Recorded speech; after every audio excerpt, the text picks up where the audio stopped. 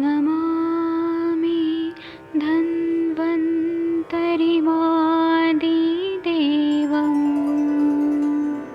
सुरासुरैर्वन्दितपादपद्मम् लोके जरामृत्युनाशं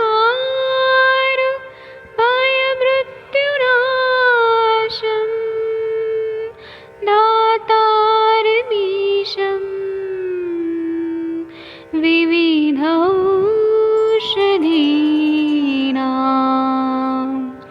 शङ्खं चक्रं जलौकां दधतं मृतघटं चारुतोर्भिश्चतुर्भिः सूक्ष्मस्वच्छादिरुद्यं शुकपरिविलसन्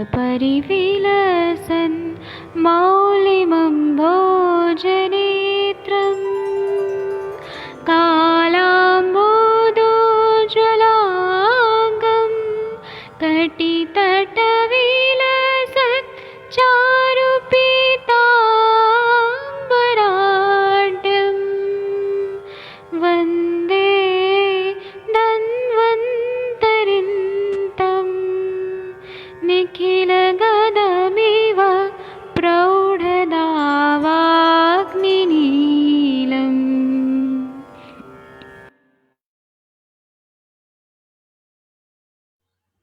प्रणाम सभी लोगों को। मैं वैद्य अरविंद पाठक पुणे महाराष्ट्र से आप सभी लोगों का स्वागत करता हूं। माधव निदान का सत्र शुरू हो गया है। तो माधव निदान के सत्र में हम लोगों ने कल मूर्छा का इंट्रोडक्शन देखा था कि मूर्छा रोग कैसे होता है और उसमें हम लोगों को क्या क्या देखना चाहिए। अब हम इसके बाद में अब आज पढ़ेंगे मूर्छा के पूर्व रूप क्या होते हैं, क्योंकि ऐसे ही पेशेंट हमारे पास आते हैं। अगर आते हैं तो ठीक है, नहीं तो आजकल तो मॉडर्न साइंस के डॉक्टर्स के पास जाते हैं, लेकिन हमें मालूम होना चाहिए कि ऐसे कंडीशन जब आ रही है तो पूर्व रूपावस्था में क्या क्या होता है। तो मूर्छा के पूर्व रूप 6 नंबर का श्लोक में ऐसा आपके स्क्रीन पे दिख रहा है। इसमें बताया कि हृत पीड़ा जिम्मणम ग्लानि संज्ञा दौर्बल्य में वच सर्वाशाम पूर्व रूपाणी यथा स्वमताम विभावयेत। इसका मतलब यह है कि हृत पीड़ा होती है, हृदय में पीड़ा होती है। इसका मतलब यह है कि इसमें हार्ट का कार्डियोवास्कुलर सिस्टम भी इन्वॉल्व है। तो मूर्छा के पूर्व रूप है। फिर जम्भाई आती है, ग्लानी होता है बहुत ज्यादा, स्मरण शक्ति कम होने लगती है, चेतना शक्ति भी कम होने लगती है, शिथिल हो जाती है बहुत ज्यादा। मूर्छा की पूर्व रूपावस्था में मनुष्य की स्फूर्ति कम हो जाती है और तर्कशीलता और पटुता नष्ट प्राय हो जाती है। पूर्व रूपावस्था में ये लक्षण सब प्रकार की मूर्छा में पाए जाते हैं और व्यक्ता रूपावस्था में ये लक्षण भी तथा दोषों के अपने अपने स्थान भी प्रकट हो जाते हैं। अतः दोषानुसार उसको भी जान लेना चाहिए। टीकाकार ऐसा बोलते हैं कि तस्याह पूर्व रूपम महा हृत पीड़े इत्यादि संज्ञा दौर्बल्यम असम्यज्ञता ज्ञानता संज्ञा दौर्बल्यम असम्यक ज्ञानता सर्वासाम पूर्व रूपाणी इति विच्छेदः यथा स्वं विभावेदिति ताम मूर्छा वातदि भेदन जानियात व्यक्त रूपावस्थायाम न तो पूर्व रूपावस्थायाम इति जेजटा। इसका मतलब यह है कि मूर्छा की पूर्व रूप क्या बताए हैं। हृत पीड़े इत्यादि संज्ञा दौर्बल्यम, ज्ञान शक्ति स्थिर न रहकर शिथिल हो जाती है। ज्ञान शक्ति जो है ना वो एकदम लूज पड़ने लगती है, यहाँ पे समझने सोचने की शक्ति कम होने लगती है। वह पूर्व रूप सब मूर्छाओं में समान रूप से रहते हैं। यथा सम विभावेत, इन मूर्छाओं की व्यक्तावस्था में वातादि दोषों के लक्षण प्रकट हो जाते हैं, अतः दोष लक्षणानुसार उनका भेद कल्पना कर लेना चाहिए। पूर्व रूपावस्था में दोष परिचय लक्षण ना होकर, मतलब इसमें कोई ऐसा दोष दिखता नहीं है, लेकिन ये सारे सिम्टम्स होते हैं कि हृदय पीड़ा होगा। हम ऐसे डिफरेंशिएट नहीं करेंगे कि वात पित्त कफ के क्या सिम्टम्स है, लेकिन हृदय पीड़ा होगा, जम्भाई आएगा बहुत ज्यादा, ग्लानी होगा, चेतना शक्ति की कमी हो जाएगा। ये सारे लक्षण मूर्छा की पूर्व रूप अवस्था में आ जाते हैं और यह अव्यक्त अवस्था रहता है। अव्यक्त अवस्था में तो इंसान मूर्छित ही हो जाता है। अब मैं आप लोगों को अनम्यूट करता हूँ, आप लोग कुछ बोलना चाहते हैं तो बोलिए, नहीं तो हम आगे बढ़ेंगे। कल का डिस्कशन बहुत ही अच्छा हुआ था। अगर अभी कोई कुछ बोलना चाहता है तो बोलिए, नहीं तो हम आगे बढ़ते हैं। आप लोगों ने ऐसे पेशेंट देखे हैं कि मूर्छा की पूर्व रूपावस्था में ये सिम्टम आते हैं, फिर इंसान बेहोश हो गया। एक बार अनम्यूट करके देखिए, अनम्यूट हो पा रहे हैं क्या आप लोग? Yes sir. हाँ, ऐसे किसी ने तो पेशेंट नहीं देखे होंगे। सर नमस्ते सर, डॉक्टर माधुरी बोल रही हूँ। जी बोलिए। सर इसमें देखे पर डायरेक्ट मूर्छा ही होती है, ऐसा पूर्व रूप देखने का ऐसा वक्त नहीं, मतलब सोचा नहीं ऐसा कि ये हो रहा है, हाँ टाइम ही नहीं। अभी नहीं देखा है तो जब भी पेशेंट आपके पास आएंगे हाँ ये थोड़ा पूर्व रूप पूछ लिया करेगा किसी पेशेंट से, हाँ हाँ, ठीक है सर। क्योंकि हमें बीमारी तो समझना है। बराबर सर। जी ठीक है। हम आगे बढ़ते हैं। वातज मूर्छा के पेशेंट वो किस तरह से रहते हैं वो देखते हैं। 7वां और 8वां नंबर का श्लोक देखिए, इसमें ऐसा बता रहे हैं कि नीलम व यदि वा कृष्णाम आकाशम अथवा अरुणम पश्यस्तमः प्रविशति शीघ्रम च प्रतिबुध्यते वेपतुश्चांगमर्दश्च प्रपीडा हृदयस्य च कार्श्यम श्यावा अरुण छाया मूर्छाया वात संभवे। अब इसमें पेशेंट को क्या क्या सिम्टम्स ऐसे दिखाई देते हैं, पेशेंट खुद बताता है बाद में कि मूर्छित से वो जब संज्ञा आ जाती है तब वो बताता है कि आकाश का रंग जो रहता है वो नीला दिखेगा या काला दिखेगा या लाल दिखेगा, ऐसा मूर्छा रहता है। पित्तज मूर्छा तो मुझे खुद ही आया जब मैं बेहोश हो गया था, एक बार मैं धूप में खड़ा था बहुत ज्यादा तो मुझे मूर्छा आया था, तो वो जो पित्त वाला तो मैंने खुद अनुभव किया है। वातज मूर्छा में पेशेंट को ऐसे ही दिखता है कि नीला काला लाल दिखता है, अंधकार में प्रवेश कर रहा है, ऐसा मनुष्य को ऐसा दिखता है कि पश्चस्तमा प्रवेशति, अंधकार में वो जा रहा है, ऐसा उसको सिम्टम होते हैं। और वह देखते देखते मनुष्य मूर्छित हो जाता है, शीघ्र ही होश में आ जाता है और शारीरिक शरीर में कंप होता है, देह में कंप, वेपतुश्चांग मर्दश्च प्रपीड़ा हृदय से च, शरीर में कंप हो जाता है, अंगों में टूटने जैसी वेदना होती है, अंग मर्द होता है जैसे मर्दन कर दिया है, उसी तरह से हृदय में पीड़ा होती है, देह दुर्बल और देह का रंग काला हो जाता है, कार्शम शाबा अरुणा शायम मूर्छाया वात संभव है, तो और उसका शरीर का रंग काला हो जाता है या रेड हो जाता है, ऐसे आभा युक्त हो जाता है, तो मूर्छाया वात संभव है, ये वातज मूर्छा के लक्षण है। टीकाकार बोलते हैं कि ता एवं वातजम महा नीलम इत्यादि, ये वातजा मूर्छा में नीलम इत्यादि इस सबसे बताया है। नीलम स्निग्ध कृष्णम, कृष्णम कुरुक्ष कृष्णम अरुणम मिश लोहितम, इसका मतलब यह है कि उन पूर्व सांकेतिक मूर्छा के दोषानुसार लक्षण कहते हुए प्रथम वातजा तृष्णा के लक्षण कहते हैं नीलम इत्यादि, नील और कृष्ण वर्ग का परस्पर भेद प्रकट करते हुए कहते हैं कि स्निग्ध कृष्ण को नील बोला है, मतलब थोड़ा सा स्निग्धता और काला है, सबको नील बोला है, और रुक्ष कृष्ण को काला बोला है, टीकाकार ने ऐसा बोला है, ऐसा कलर होता है। और हल्के लाल वर्ण को अरुण वर्ण बोला है, रेड नहीं बोला है, अरुण रंग का ये हो जाता है। कृष्णम आकाशम इस तरह का कलर दिखने लगता है। कितना एनालिसिस इन्होंने परफेक्ट किया है ऋषि मुनि लोगों ने। तमह प्रविशति मतलब मानो मनुष्य अंधकार में डूबा जा रहा है, इस प्रकार मूर्छित हो जाता है। चूंकि वायु शीघ्रकारी होता है अतः प्राणी शीघ्र ही मूर्छित हो जाता है और फिर वापस भी आ जाता है, मतलब वो होश में भी आ जाता है थोड़ी देर के बाद, क्योंकि वायु की गति ऐसी है कि फास्ट फास्ट होता है। फिर बोल रहे हैं कार्शम श्यावावरणा छाया, मतलब शरीर की कांति श्याव हो जाती है, अरुण वर्ण की हो जाती है, ये इन्होंने बताया है। शरीर दुबला पड़ जाता है इसके वजह से, और शरीर की कांति जो है वो श्याव अरुण वर्ण की हो जाती है। आप लोगों ने ऐसे पेशेंट देखे हैं क्या? अगर देखे हैं तो बताइए। सर प्रणाम सर। प्रणाम, बताइए। सर वातज वाले तो जो हमारा अपस्मार वाला पेशेंट होता है ना, उसमें एकदम उसको जब पूछते हैं ना ओरा जो होता है उसको पहले क्या दिखता है, काला काला सा दिखता है, फिर घूमता है तो फिर वो सारा हो जाता है, अनकॉन्शियस हो जाता है पेशेंट, ऐसे पेशेंट में देखने को मिलती है। जी और पित्तज की अब बात कर रहे थे, पित्तज में भी सर जैसे कई बार ज्यादा एसिड बना है एकदम होएगा, स्वेटिंग होएगी उसके फेस पे और एकदम पीला पीला सा और एकदम तुरंत गिर जाता। कई बार अपन बच्चे भी देखे होंगे मॉर्निंग में जब प्रेयर में बहुत सारे लड़के और लड़कियां कहीं जो धूप में ओपन में जो प्रेयर करते थे ना, हमने बहुत सारे बच्चे वहां पे गिर जाते थे, उनका यही प्रेजेंटेशन रहता था, उनका मुख पीला और कई बार वोमिटिंग का भी वो रहता था, उनका येलो इस कलर रहता था और थोड़ी सी देर के बाद होश में आ जाते थे, ऐसा देखने को मिलता है सर। जी और किसी को कुछ बताना है? सरोज मिश्रा जी आपने देखे हैं कभी आईसीयू ड्यूटी में काम करते हुए? सर ओपन में ही मिलेगा, आईसीयू में तो नहीं, मतलब मतलब ओपन में अगर हिस्ट्री में जैसे हॉस्पिटल में तो कम ही देखने को मिलता है ऐसा। हॉस्पिटल में तो ऐसा देखने को तो बहुत क्रोनिक पेशेंट है, जैसे सिरोसिस का पेशेंट है, और जैसे इसमें यूरमेक या सीकेडी का पेशेंट है, ऐसे पेशेंट उनमें ज्यादा देखने को मिलते हैं। या कोई ड्रग हमने दिया और ड्रग का कोई एनाफिलेक्सिस हुआ तो उसमें भी ये हॉस्पिटल लेवल पे तो ऐसे पेशेंट देखने को मिलते हैं। तो मतलब ये ओपन में है सर, कहीं जा रहे हैं, बस में जा रहे हैं आप कभी या अगर कहीं। हाइपोग्लाइसीमिया हो गया तो हाँ शुगर हाँ, लेवल, हाइपो शुगर वो सडन उसमें सर, हाँ पूर्व रूप आता है उसमें। उसमें घबराहट सी होती है, पसीना आता है, पेशेंट कहता है मेरा संज्ञानाश होता जा रहा कुछ है। खाया और पिया नहीं है 2 दिन से और वो काम कर रहे हैं तो उसको फिर वो मूर्छित होने लगता है।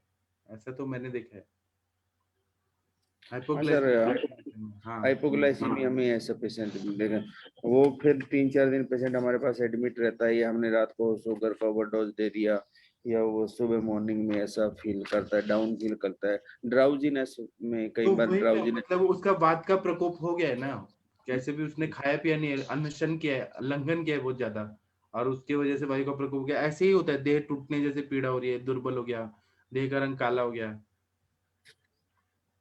हेलो। हाँ उसमें सर ड्राउजीनेस फील होता है, जैसे शुगर हाइपोग्लाइसीमिया का जो पेशेंट रहेगा ना सर, उसमें क्या रहेगा, पेशेंट को पसीना सा आएगा, जी पेशेंट बोलने में, उसका बोलने में मतलब आवाज बहुत ढीला ढीला सा हो जाएगा, आंखें उसकी बंद होती जाएगी, और स्वेटिंग उसको मिलेगी ही मिलेगी ऐसे पेशेंट को, और वो अपने अंगों को हिलाने में भी असमर्थ हो जाता है जी धीरे धीरे। तो हम शुगर लेवल करते हैं तो उसका 40-50 वाले पेशेंट 40-50 के करीब मिलता है, और तुरंत हम लगाते हैं फ्लूइड लगाते, तो 5 मिनट में ही वो अपनी कॉन्शियस रिगेन कर लेता जी। आप लोग को एक बात बता देते, मैम बोलिए। आप लोग को मालूम है क्या कि इंडिया में 1877 में अकाल पड़ा था। यहाँ पे ना मतलब बारिश ही नहीं हो रही थी और मतलब सूखा पड़ गया था। और ब्रिटिश लोगों ने क्या किया कि यहाँ का पूरा जो धान्य है वो सब यूरोप भेज दिया, और इंडियन लोग जो थे उनको खाने को नहीं था। यहाँ इतना हुआ था 1866 में, फिर 1965 में भी हुआ था। लेकिन ये तो अभी भारत की सरकार आ गई थी 1965। लेकिन ना जब अंग्रेजों का था ना, तो बंगाल में और ऐसे, आप लोगों ने पढ़ा होगा हिस्ट्री में, तो ना लोग ना ऐसे बेहोश हो जाते थे, ऐसा हमें बताया गया है। मैं उसके फोटो भेज भेज देता हूँ आपको। है। सर अल्कोहल इंटॉक्सिकेशन में भी ऐसा होता है, हाँ अल्कोहल ज्यादा पेशेंट वो ले लेता है, उसमें भी ऐसा होता है। जी और पित्तज वाले के भी सर मिल ही जाते हैं, जो ज्यादा कोई अम्लीय आहार विहार खा के आया, और उसका जब रहता है, पहले बच्चे भी हमारे पास आते हैं ना, कई बार ऐसे लग जाता है उनका ना, फेस पीला पीला सा हो गया, ऐसा लग जाता है ये या तो वोमिटिंग इसको हुआ है और उसके बेहोशी सी आई है उसको, या फिर होने वाला है। जी। और बताइए, कोई कोई कुछ बता रहा था, नवजोत कौर सर मैम, कंचन मैम प्रणाम। कुछ बता रही थी। हाँ सर मैंने ही एक्सपीरियंस किया है, मेरा ही एक्सपीरियंस है। 7-8 साल के पहले की बात है। मैं शाम को काफी थक के आई थी, और आस्था की जिद थी, मतलब वो छोटी थी तब, तो मम्मी मुझे आज मैगी ही खाना है, तो मुझे नहीं खाना था, मैं नहीं खाती हूँ मोस्टली। पर वो कैसे होता है ना कि बच्चे बोल रहे हैं, डिमांड कर रहे हैं, तो हमने बना दी। मैंने बना दी, फिर उसके साथ मैंने भी थोड़ी सी खाई, मुझे अच्छी नहीं लगती है तो मैंने थोड़ी सी खाई। फिर मैंने क्या किया, मैंने डिनर स्किप कर दिया, फिर वो उतना ही खाया 6 बजे, और फिर मैं सो गई मेरे टाइम पे। और रात में उठी मैं, मुझे प्यास लगी होगी, शायद भूख भी लगी होगी, क्योंकि थोड़ी सी मैगी खाई थी मैंने। तो मैं धड़ाम से गिर गई। 12 साढ़े 12 की बात होगी। मेरे हस्बैंड बाजू में ही लेटे हुए थे, उनको मैं गिरने के बाद आवाज आई, तो उन्होंने मुझे सीधे उठाया। मुझे पता भी नहीं सर कि क्या हुआ था एक्चुअली। उन्होंने मुझे बेड पे लिटाया, पानी वगैरह दिया, थोड़ी देर में मुझे मतलब समझा कि मैं अभी जाग रही हूँ। मुझे सामने से बिल्कुल ऐसे लग रहा था कि एकदम ब्लड विजन है, और फिर नॉर्मल नॉर्मल हो रहा है, मतलब इतना समझा। फिर देखा कि तो दोनों भी मेरे आजू बाजू में बैठे हुए थे। मैंने बोला क्या हुआ, तो बोले तू तो गिर गई। तो फिर उसके बाद मैं पानी वगैरह पी के फिर से सो गई सर। सुबह कुछ मुझे लगा ही नहीं है कि क्या हुआ था। पर मुझे लग रहा था कि नहीं, मुझे कुछ ऐसे खाना नहीं खाया था, हाइपोग्लाइसेमिक हो गई थी शायद, इसलिए वो फर्स्ट एक्सपीरियंस था इतने पूरे लाइफ में मेरा। उसके बाद मैंने कभी तो मोस्टली आपको मतलब ऐसे आकाश काला नीला ऐसा दिखा था क्या, कुछ याद है? नहीं नहीं, कुछ भी नहीं याद। मैं गई, डाइनिंग टेबल था, मैं ऐसे सोच रही थी कि मैं ऐसे जाऊं, तो मतलब जो डोर है उससे पास से जाऊं। मैंने बस इतना ही किया कि वो मुझे कुछ अजीब लग रहा था। उठने के बाद पूरा अंधेरा था, मैंने जो चेयर थे अंधेरा उसको था ना, पकड़ा। अंधेरा तो लग रहा था ना आपको? नहीं सर, मतलब क्या हुआ, रात का समय था ना, तो अच्छा ऑलरेडी अच्छा। अंधेरा था, इसलिए समझा ही नहीं होगा मुझे वो। हाँ हाँ। अंधेरा था तो मैंने चेयर पकड़ने की कोशिश की, बस बस इतना अच्छा हुआ कि मुझे सर पे कुछ नहीं लगा, आराम से गिरी मैं एकदम ऐसे। और चप्पल की जोर से, और चप्पल मेरे पैर से निकल गई होगी शायद, वो चप्पल की फटाक से ऐसे कुछ आवाज आई, तो मेरे हस्बैंड बोले तुझे तेरे गिरने की आवाज ही नहीं है, वो चप्पल की आवाज से मैं जगा हूं करके। मतलब मुझे उन्होंने बेड पे लाया और रखा तो भी मुझे पता नहीं सर। जब पानी छिड़का ऐसे चेहरे पे और पानी पिलाया, तो फिर मुझे समझ में आया कि मुझे कुछ हुआ है करके। मतलब वो जो सेकंड्स थे वो मुझे याद ही नहीं कि क्या हुआ। मतलब उन्होंने उठा के मुझे बेड पे डाला, वो भी मुझे याद नहीं सर। और इसका और एक एक्सपीरियंस, अब भी डेढ़ डेढ़ महीने पहले की बात है। आज तक एक अभी ये चल रहे थे फ्रेशर्स वीक, वो पूरा 1 वीक बहुत एग्जॉस्टिंग था उसके लिए और मेरे लिए भी, क्योंकि उसकी पूरी तैयारी करके देना, हर एक चीज निकाल के देना, मतलब अलग अलग प्रोग्राम्स थे। तो बिल्कुल वो खाने की तरफ ध्यान नहीं दे रही थी, और मैं बिल्कुल अच्छे से उसको छाछ ये कुछ स्वीट है कुछ ना कुछ टिफिन में डाल रही थी, पर वो क्या कर रही थी ना, वो खा भी नहीं रही थी वो निकाल के। तो उस कौन, दिन, आपकी बेटी? हाँ मेरी बेटी, तो उसके वो आई दोपहर में 3 साढ़े 3 बजे और मुझे कॉल करती है कि मुझे साड़ी पहननी है आज के प्रोग्राम में, तो तू जल्दी आ जा। तो मैं वैसे ही उसको साड़ी पहनानी थी, इसलिए मैंने घर पे आ गई आधी ड्यूटी करके। तो मैं देख रही हूँ उसको टिफिन वगैरह सब वैसे के वैसे ही पड़ा है। मैंने बोला भी पहले खा ले फिर मैं पहना देती हूँ, पर उसको निकलना था, वो सुन ही नहीं रही थी, तो मैंने उसको साड़ी पहनाना स्टार्ट किया। इतना बात कर रही थी वो, मुझे ये हुआ वो हुआ सब बता रही थी, मैं उसको देख ही रही थी। उसका चेहरा बिल्कुल काला पड़ा हुआ था। मैं बोल रही हूँ उसको चल मैं तुझे शरबत बना के देती हूँ फिर बाद में पहनाती हूँ, वो सुना ही नहीं उसने। सर मैंने आधा साड़ी पहना है उसका, उसका चेहरा देखा, वो ऐसे बैठी बेड पे, मैं बेड के बाजू में ही खड़े थे हम लोग, बैठी और फिर बोलती अभी रहने दे, और वो वैसे ही खुद लेटना स्टार्ट कर दिया। मैंने जैसे लेटना स्टार्ट किया मैं मुझे समझ गया कि ये पूरा हाइपोग्लाइसेमिक है। पैर पूरे बेड पे डाले, फिर उधर उसके मर्म स्टिमुलेशन किया मैंने, तलर हृदय, उसके पूरे लिप्स सर व्हाइट हो गए थे। विद इन अ सेकेंड उसके पूरे लिप्स व्हाइट हो गए थे, उसने पूरी आंखें बंद कर ली थी। और मैंने मर्म स्टिमुलेशन जैसे स्टार्ट किया वो फिर से नॉर्मल हो गई, with in a second normal हो गई। मैंने फिर पानी बना के लाया उसको, थोड़ा मीठा शक्कर उसमें नमक डाला। फिर मैंने उसको पूछा क्या हुआ, तो बोले मुझे समझ में ही नहीं आया। मैंने बोला इतने देर से तू बात कर करके वैसे भी एग्जॉस्ट हो रही थी और दिन भर भी एग्जॉस्ट हुए, खाया पिया कुछ नहीं है, तो इसकी वजह से फिर उसको अच्छे से खिलाया, साड़ी पहनाई, फिर वो आराम से नॉर्मल होके गई फिर सर। ये मतलब मैंने खुद मेरे एक्सपीरियंस है सर अभी कि आपने दोनों टाइम भरपेट खाना खिलाए और टिफिन छोड़ के नहीं आना है। हाँ एमबीबीएस के उसको, लिए जो भी नियम फॉलो करना है, पेट में खाना होना चाहिए। जी सर उसको अभी समझा कि ये ऐसे भी होता है, पर वो बच्चे कैसे ना सुनते नहीं है, इतना सब करना है ये करना है वो करना है, तो वो फिर वैसे ही छोड़ देती थी। पर अभी समझता है थोड़ा तो करती है, पर फिर भी कैसे होता है ना सर, बहुत काम रहते हैं उन लोगों को भी, पढ़ना भी है और प्रैक्टिकल्स भी है, खूब सबसे पहले बहुत काम खाना है। पीना जरूरी है, बाद में पढ़ाई तो होते रहेगा। हाँ जी sir, thank you sir. But sir मैंने एक चीज देखी है, ये तो चलो मैम का अनुभव है। मतलब मैं ना वो उपवास करती हूँ एकादशी का, तो जैसे निर्जला एकादशी का उपवास हम करते हैं, तो उसमें कोई ऐसा मूर्छा जैसे फील नहीं होता है, इंसान और एक्टिव नहीं, फील करता उसमें है। तो आम पचन होता है ना, वो तो हाँ, अलग बात है। जहाँ मतलब पे पेट में वो आम है। ऐसा कुछ फील नहीं होता कि हाँ गिर नहीं, रहे हैं वो वहां, ऐसा। हाइपोग्लाइसीमिया नहीं होता है, उसमें आम पचने के हाँ, लिए टाइम चाहिए, वो तो अच्छा है आपके बॉडी के लिए। वो उन्हीं मतलब लोगों को होता है सर जिनको अच्छा लगता है, जो जिन लोगों में बल ज्यादा होता है, जो लीन एंड थिन पे रहते रहते हैं ना, और वो कंटिन्यूस उपवास करते हैं, उन लोगों में तो मिलता है ऐसा, वो मतलब चले पूरा जाते हैं। दिन आदमी को एकदम, मेरे को पहले से भी ज्यादा एनर्जी फील होता है, जैसे किसी ने वो तो मेरे पे करंट ही गंगा डाल रानी दिया। नवरात्रि में 9 दिन में रह जाती हैं केवल जूस पी के और दूध पी के। वो तो अलग बात है, वो तो उपवास होता है, उसमें तो आत्मिक शक्ति बढ़ती है, वो अलग बात है। हाँ हाइपोग्लाइसीमिया का अलग कंडीशन। मतलब वही मैं आपसे वही शेयर करना चाहती हूँ। एक बार कुछ ऐसा था, शायद 7-8 years बैक कुछ ऐसा था, इकट्ठा ही शायद 1-2 दिन का था, मतलब वो तो उसमें कुछ भी नहीं हुआ, मतलब मुझे कोई चक्कर नहीं आया, अभी कुछ नहीं मुस्लिम आया। लोग को भी देखिए, वो तो सुबह खा लेते हैं और दिन भर वो थूक भी नहीं घुटते हैं और वो रोजा रख लेते हैं पूरा। वो तो अलग बात है, वो तो माइंड को स्ट्रांग बनाया जाता है, पूरा प्रिपेयर किया जाता है ब्रेन को। नहीं बट जो निर्जला वाले होता है उसमें तो हम इवन जल भी नहीं पीते, और जितनी देर तक उसका वो उसको खोलने का काल नहीं आता तब तक हम खोलते नहीं व्रत और कुछ नहीं करते। तो तो उसके वैसे लिए आप बात ठीक करें कि हो उसमें आपको सकते हैं। फील ही नहीं होता कुछ भी। मुस्लिम लोग तो थूक भी नहीं घुटते हैं, गले को पूरा सुखा देते हैं, इतना उनका तो और भी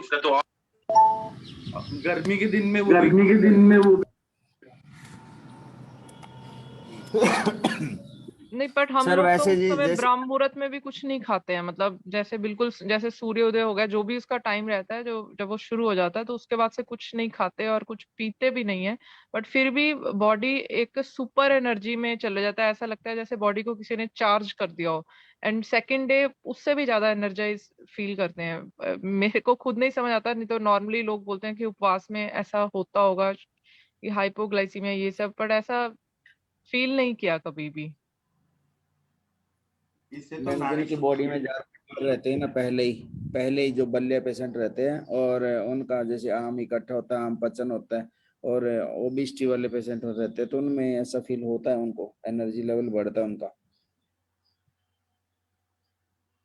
स्पिरिचुअल ताकत आ जाती है उस टाइम, नाड़ी शुद्धि हो जाती है पूरा, सुषुम्ना नाड़ी एकदम जागृत हो जाती है।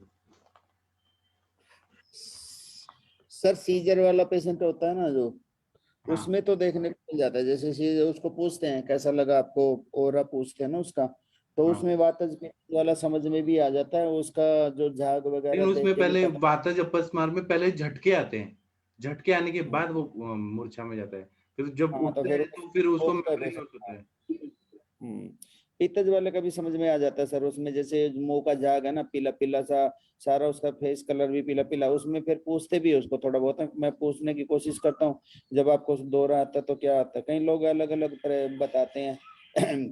मुझे ऐसा लगता है आंखों के आगे एकदम कुछ घूमता हुआ नजर आता है, कई लोग ऐसे बोलते हैं ब्लैक आउट हो गया, तो ऐसा ऐसा बोलते हैं। और ये फिर सर उसमें कैसे पोस्चुरल झटके आते हैं, उसमें जैसे करंट लग रहा है ब्रेन को, ऐसे शॉर्ट सर्किट हो रहा है ब्रेन में, वो अपस्मार का अलग झटका होता है और ये मूर्छा है, इसमें अनकॉन्शियस हो जा रहे हैं पेशेंट। मेरे पास एक पेशेंट आया सर, उसको ट्यूमर है, हम्म। ग्लियोमा है, ब्रेन ट्यूमर है। अभी कल परसों मेरे हुई उसमें बैठा था हॉस्पिटल में, मेडिसिन लेने के लिए आया, और उसको शॉर्ट टाइम के लिए आता, पहले लॉन्ग टाइम के लिए आता था, शॉर्ट टाइम के। वो चेयर पे बैठा था, मैं वार्ड में था, तो मेरे को बोला उसने, डॉक्टर साहब मुझे कुछ हो रहा है, हो रहा है, हो रहा है। थोड़ी सी देर के बाद मैंने कहा मैं लेटो जल्दी, उस मैंने बेड पे लेटाया, और लेटाने के बाद उन्हें उसका 2-3 मिनट के बाद ही अपने आप ही नॉर्मल हो गया। वो इंटरप्ट करती है वहां पे ब्लड सप्लाई, फिर मैंने उसको बोला ज्यादा देर तक खड़े नहीं होना, और आप ज्यादा देर तक बैठना नहीं। उसको काफी देर हो गई थी वेट करते करते मेरा। और सर जो हाइपोवोलेमिक शॉक में आता है ना सर पेशेंट, जैसे मान लो पीपीएच का ही पेशेंट हम देखते हैं, मान लो पीपीएच का पेशेंट आ गया, वो भी सर ऐसे ही होता जाता है, और ड्राउजी होता होता है, कई बार हमारे ओपीडी में कॉन्शियस आता है और फिर धीरे धीरे अनकॉन्शियस हो जाता है। और कई बार ऐसे भी होता है सर, सडन हम कोई प्रोसीजर कर रहे हैं, या मान लो किसी ने किसी का ब्लड देख लिया, कोई पेशेंट हमारे पास, कोई एक्सीडेंट से पेशेंट आया, और उसको कोई मिलने के लिए या देखने के लिए, या बाहर से कई लोग आ भी जाते हैं, मेरा रोड पे ही हॉस्पिटल है, एक्सीडेंट हुआ और अंदर किसी को लेके और लोग इकट्ठे होते, कहीं ऐसे ब्लड देखते भी एकदम मूर्छा में चले जाते हैं, थोड़ी देर के लिए खड़े खड़े गिर जाते हैं वो भी ऐसे ही बोलते हैं, तो उनको वो भी यही कहते हैं, आंखों के आगे दिखना बंद हो गया और ऐसा हुआ। और पोस्टुरल हाइपोटेंशन में भी जैसे कई बार सर मैंने अपनी ही ओपीडी में देखा है, पेशेंट बैठा है सेटी के ऊपर वेटिंग एरिया में, और देखते देखते सही सलामत बैठा है, एकदम तुरंत गिर जाएगा, और थोड़ी देर के लिए वो अनकॉन्शियस हो जाएगा, फिर उसको नीचे लटाते हैं, लेग रेज करते हैं। और सबसे पहले मैं तो ऐसे ही देखता हूँ, कोई भी जो प्रेजेंट रहता है ना मूर्छा वाला, मान लो पेशेंट आया, हम कैसे सब first of all OPD base में जब आते हैं, ओपीडी मान लो कोई बाहर से भी अनकॉन्शियस पेशेंट को लेके आया, फर्स्ट ऑफ ऑल तो मैं उसका पल्स चेक करता हूँ। रेडियल पल्स नहीं मिलता तो फिर मैं उसका कैरोटिड चेक करता हूँ। कैरोटिड के बाद फिर मैं उसका साथ साथ बोल देता हूँ स्टाफ को उसका फटाफट ब्लड शुगर करें। और कोई पेशेंट जो कई बार ना अटेंडेंट भी नहीं आते ना, बता नहीं पाता कोई इसके क्या हिस्ट्री है क्या नहीं, फिर मैं सर प्यूपिल देखता हूँ, उसका प्यूपिल पिन पॉइंटेड प्यूपिल है या डायलेटेड प्यूपिल है, प्यूपिल रिएक्टिंग टू लाइट है, या सर प्यूपिल में कई बार जैसे सीवीए के पेशेंट आते हैं ना एक पिन पॉइंट प्यूपिल मिलेगा और एक प्यूपिल नॉर्मल मिलेगा, कई बार रिएक्ट करते हैं लाइट के साथ, कई बार रिएक्ट नहीं करते। जो पॉइजन केस होते हैं सर, उसमें जैसे ऑर्गेनोफॉस्फोरस पॉइजन वाला जो पेशेंट आएगा ना, अनकॉन्शियस भी सर पेशेंट ले थोड़ा आए। सीवीए के केस के बारे में बताएंगे थोड़ा सा? सीवीए का मैं बताता हूँ, उसी बात पे ही आ रहा हूँ। जैसे मैं पॉइजन वाले की बात करूँ पहले से, ऑर्गेनोफॉस्फोरस पॉइजन में हमें क्या देखने को मिलता है, जैसे कई बार ना पेशेंट ने जहर भी खा लिया और पेशेंट ऐसे खेतों में पड़ा हुआ है और पता नहीं है किसी ने, उस पेशेंट को हमारे पास लेके आते हैं तो उसमें क्या देखने को मिलता है, पिन पॉइंट प्यूपिल उसके मिलेंगे, बिल्कुल छोटा छोटा हो जाएगा और पेशेंट अनकॉन्शियस पेशेंट को लेके फिर हम उसको स्मेल करके देखते हैं मुंह से। आजकल तो कहीं ऐसी खेतों की दवाइयां भी आ रही है, वो कोटेड होती है, उसमें से स्मेल आती नहीं है। सल्फास भी आजकल जो पेशेंट लेके आते हैं, सल्फास में भी स्मेल नहीं होता, पहले बहुत ज्यादा स्मेल होता था। और मैम सीवी वाला केस में ऐसे ही होता है, कोई पेशेंट को लेके आता है और पेशेंट अनकॉन्शियस है उसमें सबसे पहले मैम प्यूपिल को ही देखते हैं।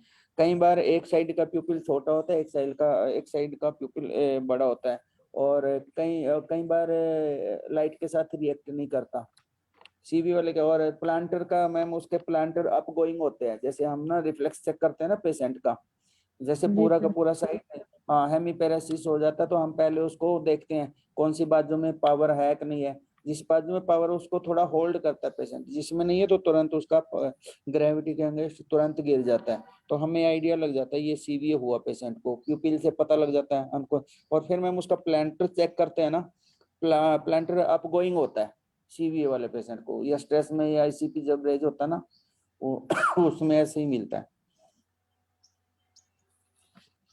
सीवीए का तो आ जाता है समझ में, इसको सीवीए हुआ होगा, प्लांटर से जो ज्यादा पता सीवीए लगता का पेशेंट है उसमें क्या पेशेंट हाइपोवोलेमिक शॉक में भी चले जाता है? क्योंकि है। मैंने जी एक केस मैम ऐसा देखा हुआ है, मतलब हाँ उसमें जैसे होता है। पेशेंट ना वो ऐसे शॉक में चला गया और उसके जो लोअर लिम्स से, मतलब मेरे सामने ही उसके लोअर लिम्स एकदम ठंडे हो गए जैसे बिल्कुल बर्फ होते हैं, और उसके बाद वो patient he was gasping for a breath, मतलब वो बहुत जोर से कोशिश कर रहा था कि उसको सांस आए सांस आए। तो ऐसे केसेस में हमें इमरजेंसी में क्या करना चाहिए अगर हम ऑल ऑफ सडन ऐसा कुछ देखें तो?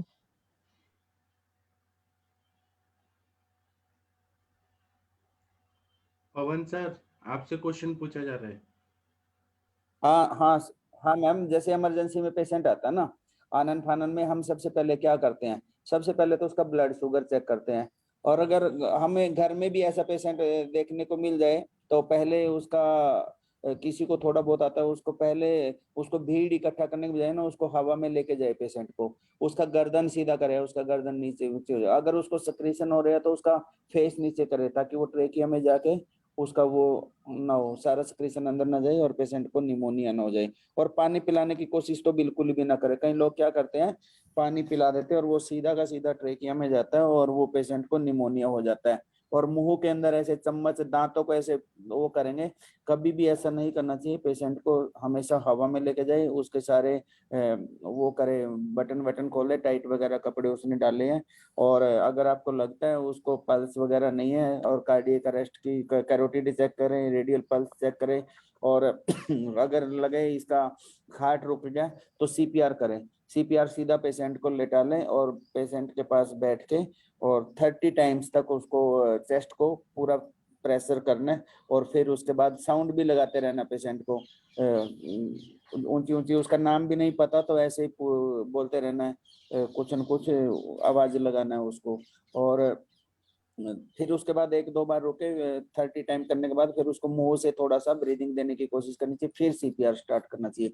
मतलब एटलीस्ट 30 टाइम्स तो एक बार करना चाहिए और पूरा सर प्रेशर ये के साथ। जब सीपीआर काइंडली आप एक बार जरूर ग्रुप में टेक्निक डालिएगा, क्योंकि एक बार ऐसे ही इमरजेंसी में मेरे सामने ऐसा हुआ, मैंने कोशिश किया सीपीआर देने का और जब प्रेस किया तो वो पेशेंट ऑलरेडी 20 इयर्स बैक उसकी ओपन हार्ट कार्डियक सर्जरी थी, और जब प्रेस किया तो प्रेस करते ही उसकी बोन फ्रैक्चर हो गई। मैम वो देखो बोन फ्रैक्चर वहां पे हो जाए तो वो कोई ज्यादा बड़ा इशू नहीं होता, वो तो ओपन हार्ट सर्जरी में तो हमें पता भी लग जाता है क्योंकि उसमें कट लगा होता है और ना। उसका जो एफिशिएंसी थी जस्ट होता है। 20% एफिशिएंसी थी, और उसका जो ये बंडल ब्रांच वगैरह सारा कुछ ढीला हो चुका था, वो ऑलरेडी इफ्यूज था ही। मतलब उसका जो ट्रीटमेंट था, उसको सीवीए भी हुआ था 10-15 डेज बैक, उसके सीवीए की भी हिस्ट्री थी। और ऑल ऑफ सडन उसका ये जो बॉडी टेम्परेचर इतना सडन ड्रूपिंग हुआ, मतलब आई वाज शॉक्ड कि उसको कुछ भी कर रहे थे, मतलब कुछ नहीं समझ ही नहीं आ रहा था कि करना क्या है उस सिचुएशन में। देखो मैम उसमें एक बात का ध्यान देखो सीपीआर तो आपको करना ही करना, उसके अलावा तो आपको कोई चारा बचा भी नहीं है। भले ही आपका पेशेंट वेंटी पे है और पेशेंट को सडन एकदम हो गया, मान लो एएफ हो गया और अनकॉन्शियस हो गया या कार्डियक अरेस्ट हो गया, ठीक है ना, सीपीआर तो मैम आपको वहां पे भी करना पड़ेगा। पर हड्डी टूटे या जो मर्जी करे, पेशेंट को रिवाइव करने की कोशिश तो वही तरीका रहता है। इसमें तो हम बहुत सारे ड्रग्स भी रहते हैं, एट्रोपिन रहता है, एड्रेनालिन रहता है, ठीक है। जैसे पेशेंट को सडन ब्लड शुगर डाउन हो गया तो साथ साथ मैंने ओपन के अंदर तो मैम सीपीआर आप करोगे तो उसमें पेशेंट का ये भी देख लेते हैं थोड़ा सा, उसमें पावर कितना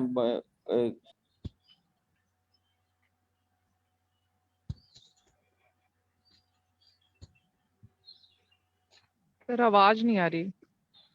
आवाज गया, आवाज हाँ आ रहा है। अब आ रही है। हेलो जी सर, अब आ रही है आवाज। हेलो। नहीं तो सरोज मिश्रा जी आप हाँ, बोलिए। बोलिए सर। हाँ सर प्रणाम। हाँ ये सीपीआर का रोल और कुछ मैं अपने अनुभव साझा करना चाहूंगा कि एक बार मैंने ब्लड ट्रांसफ्यूजन किया था, कराया था, मतलब अपना ब्लड किसी को दिया था, किडनी फेलियर वाले पेशेंट को। और उसके बाद जनरली क्या होता है कि ब्लड ट्रांसफ्यूजन के बाद लोग लोग क्या करते हैं कि देते हैं, जूसेस वगैरह पीने को देते हैं। तो मैंने जूस नहीं पिया था और उसके बाद मेडिकल कॉलेज से निकल के मेडिकल कॉलेज के गेट तक जाते जाते मुझे इतनी तेज फेंटिंग हुई थी कि मैं वहीं पे बैठ गया था। अब उसमें जैसे कल हम लोगों का डिस्कशन हुआ था कि अभी कंचन सूर्यवंशी मैडम ने भी जिक्र किया कि उनको उनके साथ भी ऐसा हुआ है। तो क्या होता है कि जब हम लोग बैठे रहते हैं उस समय तक हम लोगों का ब्लड प्रेशर उस समय कम होता है, और कम ब्लड प्रेशर ये हमारे ब्रेन को ब्लड सप्लाई करने में थोड़ा सा असमर्थ होता है। तो ऐसी स्थिति में जब हम खड़े होकर चलने लग जाते हैं तो ब्लड प्रेशर ऑलरेडी कम है, और जब हम खड़े हो जाते हैं तो हार्ट को पंपिंग करनी पड़ती है ब्लड को ब्रेन तक ले जाने के लिए अगेंस्ट ग्रेविटेशन। तो वो हार्ट के पास इतना प्रेशर ही नहीं है जो कि ब्रेन को ब्लड की सप्लाई कर पाए। तो जब हम लोग खड़े होते हैं और तुरंत हमको आंखों के सामने ब्लैकआउट, अंधेरा छा जाना और चक्कर आ जाता है, चक्कर आ जाता है, तो उस समय क्या होता है कि जैसे ही पेशेंट प्रेयर में लाइन में खड़ा है और खड़े होने के बाद में पोस्चुरल हाइपोटेंशन की वजह से उसको फेंटिंग आ गई, फेंटिंग आ गई, तो क्या होता है कि पेशेंट गिर जाता है। गिरना ही उसका इलाज है, गिरने में ही उसका इलाज भी छिपा हुआ है, क्योंकि अब हार्ट और ब्रेन सेम लेवल पे आ गए। अब हार्ट को ब्लड को पंप करने के लिए अगेंस्ट ग्रेविटेशन काम नहीं करना पड़ेगा। अब हार्ट ने ब्लड की सप्लाई रिटेन कर दी, अब उसका चक्कर तुरंत का तुरंत चला गया, ठीक हो गया। एक तो कंडीशन ये हो गई, ये हो गया पोस्चुरल हाइपोटेंशन। ये पोस्चुरल हाइपोटेंशन के केसेस में तो ये प्रक्रिया काम कर जाती है, लेकिन इन दैट केस जहाँ पे ब्लड प्रेशर कम है वहां तो काम कर जाता है, लेकिन जहाँ पे हार्ट काम कर ही ना रहा हो, कई बार हार्ट ब्लॉक की कंडीशन आ जाती है, 3 degree heart block, sino atrial node, ऐसे नोड, एवी नोड सब कुछ फेल हो चुका है, एवी बंडल सब कुछ फेल हो चुका है, हार्ट पंप ही नहीं कर रहा है। In that condition only CPR is the treatment. Only CPR is the treatment नहीं है, एक फर्स्ट एड है। फर्स्ट एड क्या है कि उसके ब्रेन को ब्लड की सप्लाई हम मेंटेन करते रहें, ताकि वो ब्रेन 4 मिनट से ज्यादा ब्लड की सप्लाई अगर नहीं पाएगा, ब्रेन डेथ की कंडीशन में चला जाएगा, कोमा में चला जाएगा, फिर उसको ब्रेन को रिवाइव करना बहुत मुश्किल, असंभव काम होता है। तो इसलिए ब्रेन को सप्लाई मेंटेन करने के लिए सर मैं हमने सॉरी एक सीपीआर करना क्वेश्चन होता पूछना है, ये चाहती हूँ। Irrespective of the fact.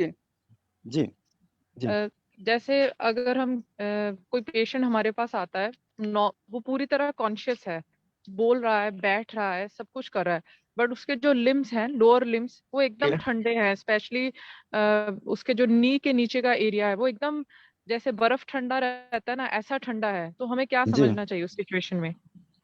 इस बोल रहा कंडीशन है में और हाँ थोड़ी देर बाद मैंने जैसे ऑब्जर्व किया, मैं बहुत उसको कीनली ऑब्जर्व कर रही थी, वो बोल रहा था और बोलते बोलते वो कुछ ऐसे अनाब शनाब जैसे, मतलब हम बात कर रहे हैं, अभी मैं कोई हम्म, और बात कर रही हूँ, बीच में ही मैं कोई और टॉपिक ले आई, बीच में ही कोई और टॉपिक ले आई, मतलब किसी भी बात की आपस में कोई कनेक्टिविटी नहीं। ये चीज मुझे समझ आ रही थी, बट जी उससे क्या असेस करना है वो नहीं मेरे समझ में था। इससे इससे दो तीन चीजें, एक कंडीशन आती है ना स्टूपर कि आदमी समझ नहीं पाता। इसमें एक चीज आती है आपकी एपिलेप्सी से, इसको कोरिलेट कर सकते हैं। एपिलेप्सी कौन सी वाली? पेटिटमा एपिलेप्सी। पेटिटमा एपिलेप्सी में चलते फिरते कुछ सेकंड के लिए सब कुछ भूल भाल गया, पेटिटमा एपिलेप्सी में भी ऐसा हो सकता है। दूसरी चीज पोस्चुरल नहीं, वो हाइपोटेंशन। भूल भूल नहीं रहा था, उसकी वर्ड फॉर्मेशन थी, वो बातें जैसे हम एक पूरा लाइन सेंटेंस फॉर्मेशन कर रहे हैं, पूरा स्लर्ड सेंटेंस स्पीच, फॉर्मेशन था। स्लर्ड स्लर्ड भी स्पीच। नहीं थी बिल्कुल, हम्म जैसे मैं वर्ड बोल रही हूँ, आप वर्ड बोल रहे हैं, हम दोनों एक दूसरे की भाषा समझ रहे हैं, ठीक है, समझ हम्म आ रही थी। जैसे एक लाइन मैं बोल रही हूँ कि मैं पानी पी रही हूँ, बीच में ही मैंने बोल हम्म दिया मेरा बेटा तो उधर जा रहा है, बीच में, हम्म मतलब आप समझ रहे हैं कि बीच में दो दो वर्ड, दो सेंटेंस को इकट्ठा करा था, और वो दोनों सेंटेंस का आपस में कोई तालमेल नहीं था। अभी जैसे हम यहाँ पे मूर्छा की बात करें तो बीच में मैं कोई और बात ले आऊं, मैम वो हम्म इरिवेलेंट टॉक कनेक्टिविटी नहीं तभी थी। करेगा ना। हाँ, हाँ हाँ, इरिवेलेंट मतलब टॉक तभी करेगा फ्लर्ट नहीं पेशेंट। थी, स्पीच बिल्कुल हाँ, सही थी, सब कुछ सही था, बट टॉपिक सीवीए में बीच बीच करेगा। में चेंज हो रहा था। हम्म अच्छा, ये पवन बॉस ने सही बताया। हमारे सीवी और ब्रेन सीजर, हाँ प्री सीजर, हाँ वो ब्रेन सीवी वाला पेशेंट करेगा ऐसे। ब्रेन में अगर दो एकदम से स्पीच एरिया सडनली, होते हाँ। हैं, एक तो Wernicke sensory speech area and Broca's motor speech area. तो कहीं पे भी अगर जो मोटर स्पीच एरिया, जब पेशेंट सब कुछ सोच समझ के बोलना चाहता है और बोल नहीं पाता है, in that case Broca's motor area is anywhere disturbed, ठीक है। और वर्निक सेंसरी एरिया, जब हम किसी पेशेंट से बात कर रहे हैं और बात करने के बाद पेशेंट उसको ग्रेस्प करता है हमारी बातों को, तो वहां पे Wernicke sensory area pre motor motor area से थोड़ा सा पहले होता है वर्निक सेंसरी स्पीच एरिया। और थोड़ा सा और आगे फ्रंटल की तरफ चले जाएंगे तो मोटर स्पीच एरिया वहां पे होता है। तो कहीं पे भी अगर ब्रेन में ये दिक्कतें पैदा होती हैं तो ये वर्निक्स एंड ब्रोकाज एरिया का कहीं ना कहीं ऑक्सीजन सप्लाई कम होने की वजह से, या कोई अगर जो ब्रेन में ट्यूमर है उसको इरिटेट कर रहा हो, उसकी वजह से होता है। जैसे अभी एक केस और हम साथ ही साथ, कल आपका ही एक केस था न्यूरोसिस्टिक सर्कोसिस का।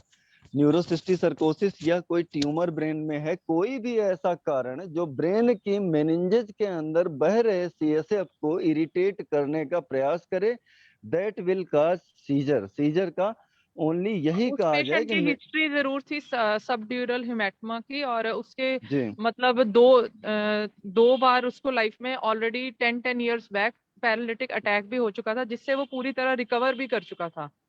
जी जी और जी अभी उसकी बिल्कुल लेग्स ठंडी हो रही थी, इसलिए मेरे को समझ नहीं आ रहा था कि सिर्फ लेग्स ठंडी थी, बाकी बॉडी नॉर्मल थी, बैठ रहा अच्छा था, बोल रहा हाँ था, लेटाया लेट रहा था, सब कुछ कर रहा था, मतलब एक्टिविटी नॉर्मल है, एवरीथिंग इज नॉर्मल, सिर्फ लेग्स ठंडी थी। मतलब अच्छा, फर्स्ट केस था मेरा, लेग्स लेग्स। बिल्कुल जैसे, जैसे आप समझ रहे हैं जैसे बर्फ होता है, जी बिल्कुल जी वैसा ठंडा था। हाँ हाँ, जनरली कई केसेस में होता है कि जो हमारा ब्लड होता है ना, ब्लड होता है थोड़ा सा गर्म। अगर ब्लड की सप्लाई कहीं पे भी कम होती है पेरिफेरी में, सबसे पहले अगर जो ब्लड जाना कम हो जाता है तो वहां पे हमको ठंडक महसूस होती है। जैसे यूरिक एसिड का है, यूरिक एसिड ऐसी जगह ढूंढता है जो उसके लिए ठंडी जगह है शरीर के लिए। तो यूरिक एसिड का सबसे पहले डिपोजिशन जो होता है वो लोअर थंब में होता है, पैरों के और उसके एंकल के एरिया के पास के जॉइंट में सबसे पहले डिपोजिशन यूरिक एसिड का। यही क्लिनिकल पिक्चर शो करता है कि क्योंकि उसको पेरिफेरी ढूंढनी है, एसिड ऑलरेडी गर्म है तो वो ठंडी जगह है बॉडी की ढूंढती है। ऐसे ही माइकोबैक्टीरियम जो हमारा होता है वो भी ठंडे एरिया ढूंढता है। वो क्योंकि माइकोबैक्टीरियम का क्या होता है कि वो उसका जो ग्रोथ होती है वो बॉडी से 7 डिग्री कम टेम्परेचर पे होती है। मतलब अगर जो बॉडी का टेम्परेचर नॉर्मल 37 डिग्री है तो माइकोबैक्टीरियम को अपने सरवाइव करने के लिए 30 डिग्री सेंटीग्रेड टेम्परेचर चाहिए होता है। ऐसे ही हमारे बॉडी में कहीं अगर जो ब्लड की सप्लाई हैम्पर्ड होती है तो वहां पे ठंडक महसूस होती है। तो उसमें ब्लड की सप्लाई को रिटेन करने के लिए या हमको हाइपोवॉलीमिया सोच के कि कहीं ना कहीं ब्लड वॉल्यूम कम हो सकता है, इसको बढ़ाया जाए। तो हमारे आयुर्वेद में बोला गया है कि जितने भी अम्ल द्रव्य हैं वो हृद्य होते हैं। तो अम्ल द्रव्यों का अगर जो इंडिकेशन हम करें, कुछ नींबू को शिकंजी वगैरह पीने को दे दें सबसे पहले। अच्छा, आपने एक बार और कहा था कि हम ट्रीटमेंट क्या देना चाहिए अगर जो हार्ट की एलोपैथिक से हूँ और मैं देखता हूँ कि हार्ट हमारा बिल्कुल इतना प्रेशर या उसकी थ्रेडिस पर जनरेट हो रही है तो कई बार मुझे आवश्यकता पड़ जाती है कि तुरंत हार्ट को काम कराने के लिए एड्रेनालिन का इंजेक्शन भरा और सीधे हार्ट की मसल्स में, हार्ट तो पता ही होता है कहाँ पे है, वहीं पे हार्ट पे ही लगा दिया एड्रेनालिन। एक दो केसेस में मैंने ऐसा किया है, उससे हार्ट हमारा पंपिंग थोड़ा सा फास्ट कर देता है। एड्रिनल ग्लैंड जो होती है fear fight flight and fright, ठीक है। तो कोई भी ऐसी कंडीशन अगर जो क्रिएट होती है फियर फ्लाइट एंड फाइट की, तो एड्रिनल ग्लैंड ओवर एक्टिव हो जाती है और एड्रिनलिन, एपिनेफ्रिन एंड नॉरएपिनेफ्रिन का सेक्रेशंस बढ़ा देती है। तो उससे भी हमारा जो हार्ट की पंपिंग है वो थोड़ा इम्प्रूव कर जाती है। तो सबसे पहले फर्स्ट लाइन आप ट्रीटमेंट में आपको देखना पड़ेगा आपके पास क्या है। चीनी नमक नींबू की शिकंजी पिला सकते हैं उसको। ऐसे केसेस में पहले तो उसको लिटाल देंगे। अगर जो उसको पोस्चुरल हाइपोटेंशन की वजह से हो रहा होगा तो लिटालने की वजह से हार्ट की पंपिंग जो होगी वो कम प्रेशर की पंपिंग भी ब्रेन को ब्लड की सप्लाई करने के लिए पर्याप्त रहेगी। तो जैसे पवन सर ने बताया लेग को थोड़ा रेज कर देंगे, वो भी एक अच्छा तरीका है कि पैरों को सर थोड़ा ऊपर। मेरे को उस समय समझ नहीं आया, मेरे को बस इतना समझ आया कि वो बॉडी बिल्कुल ठंडी हो रही थी उसकी, मतलब पीछे नीचे से शुरू हुआ था तो जी उसको जोर जोर से मैंने उसको, जैसे उसके जो बेटा था वो आए थे तो उनको मैंने बोला कि इसको जोर जोर से एक बार प्रेस करो, ताकि मैं चाहती थी कि ब्लड जो है उसका फिर से उसको गर्मी महसूस हो, मतलब ब्लड में। और फिर जी। कुछ मैंने मर्म पॉइंट उसके प्रेस किए। तो उसमें आपको फर्स्ट लाइन तो वही रहेगी कि आप उसको लिटाल दें आराम से। और उसकी से जो वो रीजन था वो एलिवेट कर दिया और फिर उसके बाद उसको मैंने रेफर ही कर दिया। बट 1.5 आवर के बाद मेरे को फोन आया कि ही एक्सपायर्ड। अच्छा, एक आपने जो मैडम ये पेरिफेरल सर्कुलेटरी फेलियर हो रहा होगा। हाँ तो और मैम ये मेरे को कल पवन सर ने एक बहुत अच्छा डाउट क्लियर किया था। मैंने वो जो सीवीए वाला सर ने बताया था, तो वो भी एक पेशेंट था। तो उसमें क्या था कि उसको जैसे वो कॉन्शियस था और वो गिर गया, मेरे पास ही आकर गिर गया। वो जैसे एंटर किया और उसको ऐसे चक्कर सा आया, बिल्कुल सही आया, वो चक्कर सा आया और वो गिर गया। तो उसी समय मैंने उसको रेफर कर दिया, क्योंकि मुझे समझ में आ रहा था कि इसको कोई ब्रेन इसका कोई शॉक में है या कुछ है। तो बाद में उसकी वाइफ फिर दोबारा मेरे पास आई तो उन्होंने मेरे को बताया कि इनको प्रोजेक्टाइल वॉमिट हुआ था। कल सर ने डिस्कस किया था कि सीवीए में प्रोजेक्टाइल वॉमिट होता है। तो अब मेरे को ये चीज बिल्कुल क्लियर होगी कि सीवीए के पेशेंट में हमें सबसे पहले यही जांचना है कि प्रोजेक्टाइल वॉमिट है। अच्छा वो मैम प्रोजेक्ट एसडीएच में ऐसा होता है। हाँ, एसडीएच ही था सबड्यूरल है। उसका। सब जब उसने हाँ एमआरआई बाद में मेरे को दिखाया तो उसमें सबड्यूरल हेमरेज था।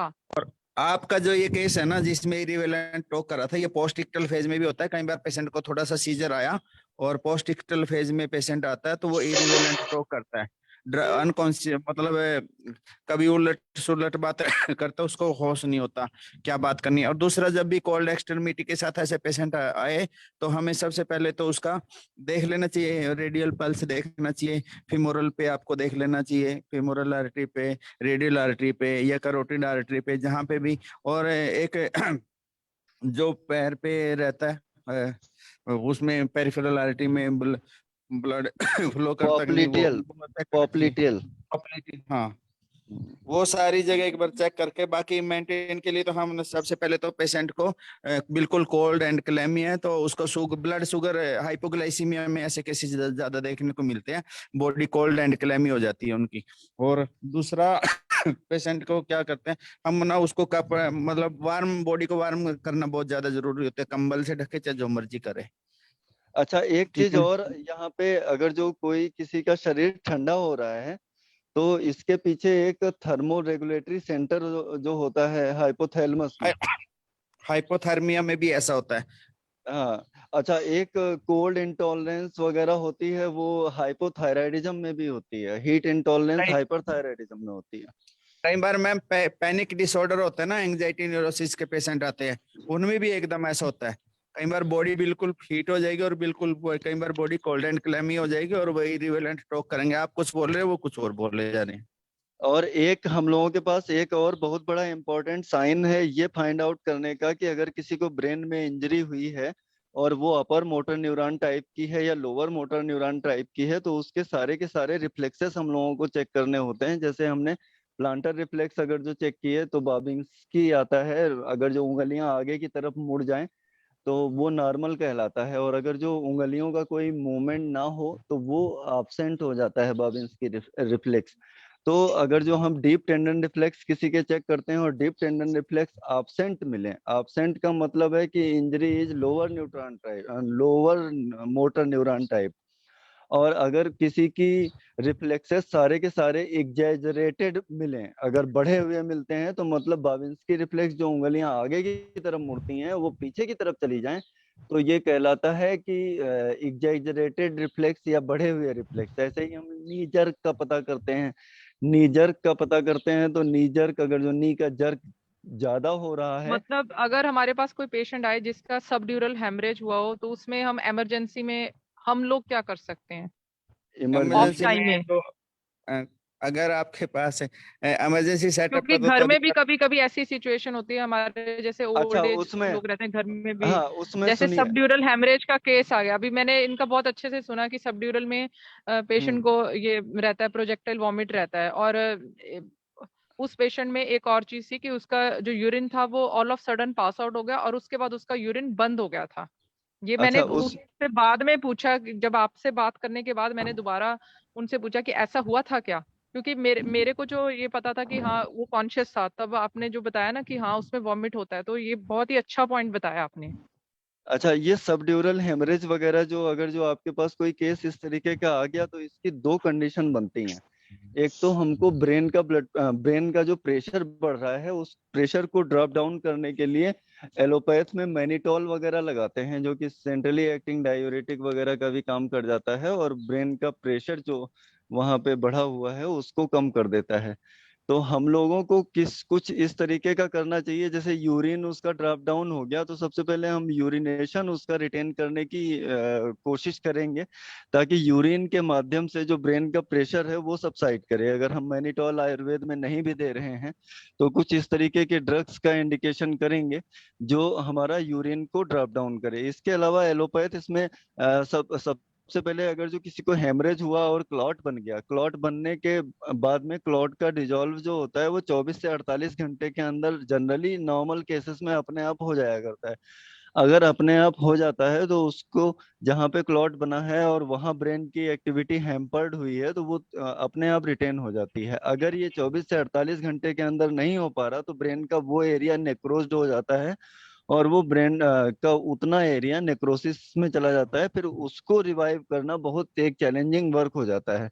तो इसके लिए मॉडर्न साइंस हमारी दो तरीके की ड्रग्स का इंडिकेशन करता है, एक तो नूट्रोपिक एजेंट और दूसरा हीमोरियोलॉजिकल एजेंट। नूट्रोपिक एजेंट क्या होते हैं? To maintain cerebral functioning, and hemorheological agent क्या काम करते हैं? To maintain RBC flexibility. तो नूट्रोपिक एजेंट में हमारे पास आता है neurocetam and piracetam, and hemorheological agent में आता है पेंटॉक्सीफिलिन या ट्रेंटॉल। तो इसी तरीके का इंडिकेशन अगर जो हम भी अपने आयुर्वेद में देखें कि हमारे पास नूट्रोपिक एजेंट क्या हो सकते हैं, तो सारी मेध्य औषधियां, ब्राह्मी, शंख पुष्पी, गुडुचि, जटामांसी वगैरह, इनको देके हम इसका भी न्यूट्रोपिक एजेंट के तौर पे हम काम ले सकते हैं। दूसरा hemorheological agent to maintain RBC flexibility. क्यों मेंटेन करनी है आरबीसी फ्लेक्सिबिलिटी? आरबीसी को इतना फ्लेक्सिबल कर दो कि वो क्लॉट के एरिया से भी निकल के इधर उधर से अपनी ब्लड की सप्लाई या ऑक्सीजन सप्लाई मेंटेन कर सके, रिटेन कर सके। तो दो लाइन ऑफ ट्रीटमेंट हमारे पास ये मेन है कि नूट्रोपिक और हीमोरियोलॉजिकल एजेंट तो देने ही देने हैं, साथ में एडेड जो सिम्टोमेटिक ट्रीटमेंट होता है, जैसे ब्लड प्रेशर ज्यादा है तो ब्लड प्रेशर फॉल करने के लिए उपाय करना चाहिए। इसके अलावा लिपिड प्रोफाइल कराया, लिपिड प्रोफाइल ज्यादा है तो लिपिड प्रोफाइल को लोअरिंग डाउन करने के लिए प्रयास करना चाहिए। कुछ ऐसी दवाइयां जो कि ब्रेन के डेवलपमेंट के लिए आवश्यक होती हैं, उसमें सबसे इंपॉर्टेंट मिनरल है जिंक। तो जिंक डिफिशियंसी को भी हमने देखते रहना चाहिए कि कहीं जिंक वगैरह की डिफिशियंसी तो नहीं हो रही है। फिर हाइपोवोलीमिया ऐसे केसेस में हो जाया करता है, तो हाइपोवोलीमिया को कम करने के लिए हमने कुछ फ्लूइड मेंटेन वगैरह भी सोचना चाहिए। फिर ब्रेन का प्रेशर ना बढ़े, ब्रेन के प्रेशर को कम करने के लिए मैनिटॉल वगैरह देना चाहिए। अगर ये क्लॉटिंग डिफिशियंसी की वजह से हुआ है या कुछ ऐसा क्लॉट बन रहा है, कई ऐसी कंडीशन में हम लोग देखते हैं कि ब्लड प्लेटलेट्स शरीर में, ब्लड में प्लेटलेट्स कम होने का कारण यही नहीं है कि हमारा ये बोन मैरो ब्लड प्लेटलेट्स नहीं बना रहा होगा, या हमारा लीवर या स्प्लीन प्लेटलेट्स नहीं बना रहा होगा। एक कारण और भी है, कहीं ऐसी क्लॉटिंग डिसीज होती है कि जहाँ पे सारी की सारी प्लेटलेट्स उठ के वहां पे पहुंच जाएं जहां पे क्लॉट बन रहा है, और बाकी के ब्लड में प्लेटलेट्स की कमी हो जाए। तो इस तरीके की भी कंडीशन में बाकी ब्लड में प्लेटलेट्स कम दिखती हैं, लेकिन वहां पे प्लेटलेट बहुत ज्यादा इकट्ठा हो चुकी है जहां पे क्लॉट बन रहा होता है। तो हमने इसको भी रूल आउट करके चलना पड़ता है। और इमरजेंसी कंडीशंस में जो करना होता है, हमने यही करना होता है कि पेशेंट को आराम से लिटाल के उसका प्रेशर डाउन करना पड़ता है। तो वो कैसे कर सकते हैं? कोई भी डायूरेटिक वगैरह, या हम लोग आयुर्वेद में अगर जो देखें, नस से बहुत इंपॉर्टेंट रोल प्ले करता है। अगर जो नाक के अंदर भी हमारे जो इंफीरियर 3 तरीके के वेस्टिब्यूल होते हैं, कॉन्की होते हैं, तो इंफीरियर, मिडिल एंड सुपीरियर। तो इन मिडिल कॉन्की या मिडिल वेस्टिब्यूल के नीचे हमारे 3 साइनसेस के ड्रेनेज हो रहे हैं। ऐसे ही सुपीरियर वेस्टिब्यूल के नीचे 2 साइनसेस के ड्रेनेज हो रहे हैं, और इंफीरियर के नीचे 1 साइनस का ड्रेनेज हो रहा है। अगर जो ये ड्रेनेज हमारे ब्लॉक है, अगर ये हमारे ड्रेनेज ब्लॉक हैं, तब भी ब्रेन का प्रेशर बढ़ेगा। हम आयुर्वेद में एक बहुत इंपॉर्टेंट रोल इसका ले सकते हैं, कोई भी विरेचन नस्य का इंडिकेशन दे सकते हैं। जैसे मैंने तो ज्यादातर केसेस में क्या किया है कि भाई जो हमारे पास लघु सूतशेखर रस आता है, लघु सूतशेखर रस को पीस के प्रथमन नस्य डायरेक्ट नाक में डाला, तो नाक से थोड़ा सा पानी आया, और पानी आंख से भी आया, क्योंकि नाक भी और आंख भी आपस में जुड़ी हुई है। जो हमारी आंख है, आंख से जो नेज़ोलैक्राइमल डक्ट के थ्रू। यस एग्जैक्टली, नेज़ोलैक्राइमल डक्ट की ओपनिंग आती है नाक में। तो हमारे आंसू 24 घंटे बनते रहते हैं, और नेज़ोलैक्राइमल डक्ट के माध्यम से नाक में आते रहते हैं। कई बार बच्चों में हमने ऐसी शिकायत देखी है कि एक आंख से ज्यादा पानी आ रहा है। अब आप उसको नोटिस करिए, जिस आंख से ज्यादा पानी आ रहा है उस तरफ की नाक ड्राई होगी। क्यों? क्योंकि नेज़ोलैक्राइमल डक्ट ब्लॉक है। जो आंसू 24 घंटे नाक में आते जा रहे थे, वो अब आंसू नहीं आ रहे हैं, जिससे नाक हमारी वेट होती रह रही थी। अब वो जो नाक है वो सूख गई, क्योंकि आंसू अपने आप आंख से बाहर निकलते जा रहे हैं।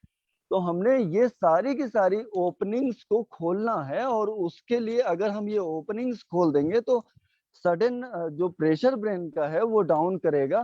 ठीक है, ऐसे ही आपने कल न्यूरोसिस्टिक सर्कोसिस डायग्नोसिस का जिक्र किया था कि उसमें हमने क्या करना है, उसमें हमने विडंग का प्रथमन नस्य अगर जो इंडिकेट कर दें तो जो नाक के माध्यम से कीड़े निकलने शुरू हो जाते हैं विडंग के प्रथमन नस्य से। इसके अलावा नाक ज्यादा बहेगी, आंसू ज्यादा आएंगे, तो ये सब हमारा ब्रेन के क्योंकि एक ट्रिब्रिफार्म प्लेट होती है नाक के तो ये अंदर, विडंग वाला नस्य हम जैसे वो बच्चा था उस समय वो 16 इयर्स का था, लड़का था वो। हाँ 16 इयर्स का तो एडल्ट हो जाता है, वो भी पंजाब में तो और ज्यादा एडल्ट हो जाता नहीं, है। वैसे तो बहुत हाइट थी उसकी, 6'2" था वो, पर जी। मतलब इसलिए मैं पूछ रही हूँ कि वो, और उसकी पूरी बॉडी में ही नोड्यूल्स थे, मतलब आप मतलब उससे मेरे को कंधे पे, बैक पे मोटे मोटे नोड्यूल्स थे, जैसे हम फोड़े फिंसिया नहीं बोलते आम भाषा में, ऐसे मोटे जी। मोटे नोड्यूल्स थे। और उनका जो FNAC कराने पर उसकी जो वॉर्म्स थे और उसके एग्स थे उसमें। हम्म। अच्छा, तो वर्म्स थे, हाँ, तो ये भी हाँ, एक वर्म्स वगैरह, मतलब उसके सिस्ट थे एक्चुअली, हाँ, टेप सिस्ट फॉर्म के, होंगे।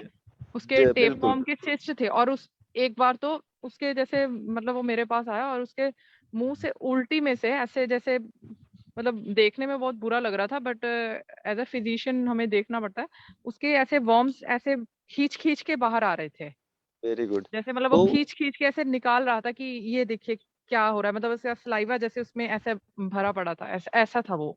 हाँ, तो उसमें आपको एंटी वर्मिसाइडल ड्रग्स जो ओरल फॉर्मेट में है वो भी देने चाहिए, और इसमें नाक के माध्यम से भी देने चाहिए। नाक के माध्यम से जो विडंग वगैरह देंगे तो वो जो जी ब्रेन सर, वगैरह, मैं उसका इलाज कर चुकी हूँ, वो तो वैसे मैंने उस दिन बात की, पर जी, उसका ट्रीटमेंट हो चुका है। उनको एलोपैथी वालों ने तो जवाब ही दे दिया था कि मतलब नहीं तो मुश्किल ही है, कि हम वो लोग ब्रेन में अगर चला जाएगा तो नहीं है। हाँ जी। हम लोग अगर आयुर्वेद में इमरजेंसी का अप्रोच लेके चलना चाहें इस तरीके के ब्रेन के केसेस में, और ब्रेन के केसेस में जैसे हमने अभी मैनिटॉल का रोल देखा कि सडन का सडन हमने ब्रेन का प्रेशर डाउन करना है, तो सडन का सडन हम तो मैनिटॉल नहीं दे रहे, तो हम क्या करें, हम नाक में कोई भी ऐसा विरेचन नस्य देते हैं, जैसे षडबिंदु तेल का आता है, जैसे हमारा शुंठी का आता है, कुछ नहीं मिलता हमारे पास, अगर लघु शेखर रस भी खत्म हो गया होता है तो मैं ऐसी ड्रग ढूंढता हूँ जिसमें सोंठ मिली हुई हो। नहीं, कई एक दो बार तो क्या हुआ कि मैंने उठाया पंचकोल चूर्ण, और पंचकोल चूर्ण का प्रथम नस्य दिया, ठीक है। तो हम कोई भी ऐसा कारण जो नाक को इरिटेट करके सारे के सारे चैनल्स खोल दे साइनसेस वगैरह का, वो सारा का सारा हमारा रोल अच्छा प्ले करता है। कई बार क्या होता है कि शुंठी डायरेक्ट नाक में डालने से या सौंठ डायरेक्ट नाक में डालने से इरिटेशन पेशेंट ज्यादा फील करता है, तो उसको थोड़ा सा चम्मच में पानी में घोल के उसके बाद दे दें। और कई एक ऐसे घृत भी बनाए गए हैं जिसमें शुंठी वगैरह का और उसको घृत के कॉम्बिनेशन में मिक्स करके बना के आराम से उसको लिक्विड फॉर्म में नाक में डाला गया, तो उससे भी ये चैनसेस वगैरह मैं खुले जी हैं। जी। सर मैं जी इसमें आद्रक नमस्कार, सिद्ध वो, रजिंदर सिंह बोल रहा हूँ हाँ, सर। प्रणाम सर, प्रणाम। प्रणाम। मेरा व्यक्तिगत एक्सपीरियंस है, मेरा पहली बार जब जिंदगी में शुगर घटा ना, तो मैं ऐसे ही बोलने लग गया। तो घर में ही था, मैं फैक्ट्री में काम कर रहा था, तो मैंने शुगर चेक किया, मेरा शुगर 40 था। तुरंत मैंने मीठा खाया, तो जी। मैं 10-15 मिनट बाद बिल्कुल ठीक हो गया, शरीर को पसीना आने लग गया। आज जब लॉकडाउन ही था, मेरे से छोटा भाई, उसको प्रॉब्लम आ गया, तो हमने ना इमरजेंसी में अफीम रखा हुआ है घर पे, क्योंकि माता है मेरी माता ने उसका जो मुंह था टेढ़ा होने चला था, तो हम सभी लोग घबरा गए। तो उसको जल्दी जल्दी मेरी माता ने भीम गर्म पानी में घोल के हमने उसके मुख में डाल दिया, तो गाड़ी में बैठाकर हम डॉक्टर के पास लेके जाने लगे। घर से आधा किलोमीटर चले होंगे तो उसको उल्टी आ गया। बड़े भाई साहब बोलने लगे, यार भी कोरोना का टाइम है, डॉक्टरों ने इसको प्रॉब्लम पहले भी है छाती की भी, इसको कोरोना बना देंगे, घर चलते हैं, सुबह किसी अच्छे डॉक्टर को दिखाते हैं। तो उसका MRI कराया, तो उसमें मतलब के जो ब्रेन में कीड़ा बोलते हैं वो आया, तो उसका फिर इलाज चल रहा है, 1 साल गोली खानी है, तो अब ठीक है। वो इमरजेंसी में अगर हम हॉस्पिटल के सामने से हम घर पे आ गए, क्योंकि वो जो हॉस्पिटल वाले छोटे हॉस्पिटल वाले 2-4 दिन रख के बाद में बड़े में रेफर कर देते हैं, वहां से फिर अब पेशेंट पैक होके ही आता है। यानी वो अफीम बहुत बढ़िया चीज है, तो ये हर घर में ये भाई इमरजेंसी में जब भी कोई ऐसा हो तुरंत काम करती है। अफीम को कैसे देते हैं सर? थोड़ा सा पानी में घोल के उंगल से जल्दी जल्दी घोल के। अब परसों 2-3 दिन पहले की बात है, मेरी माता को रात के 2 बजे थोड़ा प्रॉब्लम हुआ, तो माँ ही होती है और बोलती है भी मैं बच्चों को क्यों जगाना है, तो माता ने थोड़ा सा घोल के ले लिया। फिर मैं उठा 3। एक गुरुजी बताते थे पेशेंट जब ऐसे हो ना तो सूखे ही उसके पैर रगड़ने चाहिए, सूखे पैर गर्म चाहिए। जैसे आयुर्वेद में कहते हैं ना, पैर गर्म, पेट नरम, पैर गर्म, सर ठंडा, घर में आए डॉक्टर तो मारो उसके डंडा। पैर आदमी के गर्म चाहिए, किसी के भी ना। का स्टिमुलेशन हो गया ना। हाँ हाँ जी हाँ जी। वो बाकी टेक्निकल तो जो बड़े लोग हैं वो बता सकते हैं भाई, हमने तो। सर ओपीएम वाला बड़ा इंटरेस्टिंग है केस है। मेरे पास एक माता आती है, सरदारों में ही है, तो वो क्या उसको ना ये कोरोनरी आर्टरी डिजीज है, तो उसमें जब भी उसको चेस्ट पेन होए, एंजाइना फील होए तो फीम खाने लगे। वो एडिक्शन ही हो गई, अब उसकी छूट ही नहीं रही, बड़ी 7 परेशान बज है। गया है। 7 बज गया है, अष्टांग की क्लास का समय हो गया है। हमारे पटना एक्स राज भी नहीं है। फिर से सेशन बंद करते हैं, फिर से आते हैं। चलो ठीक है जी, थैंक यू। Thank you.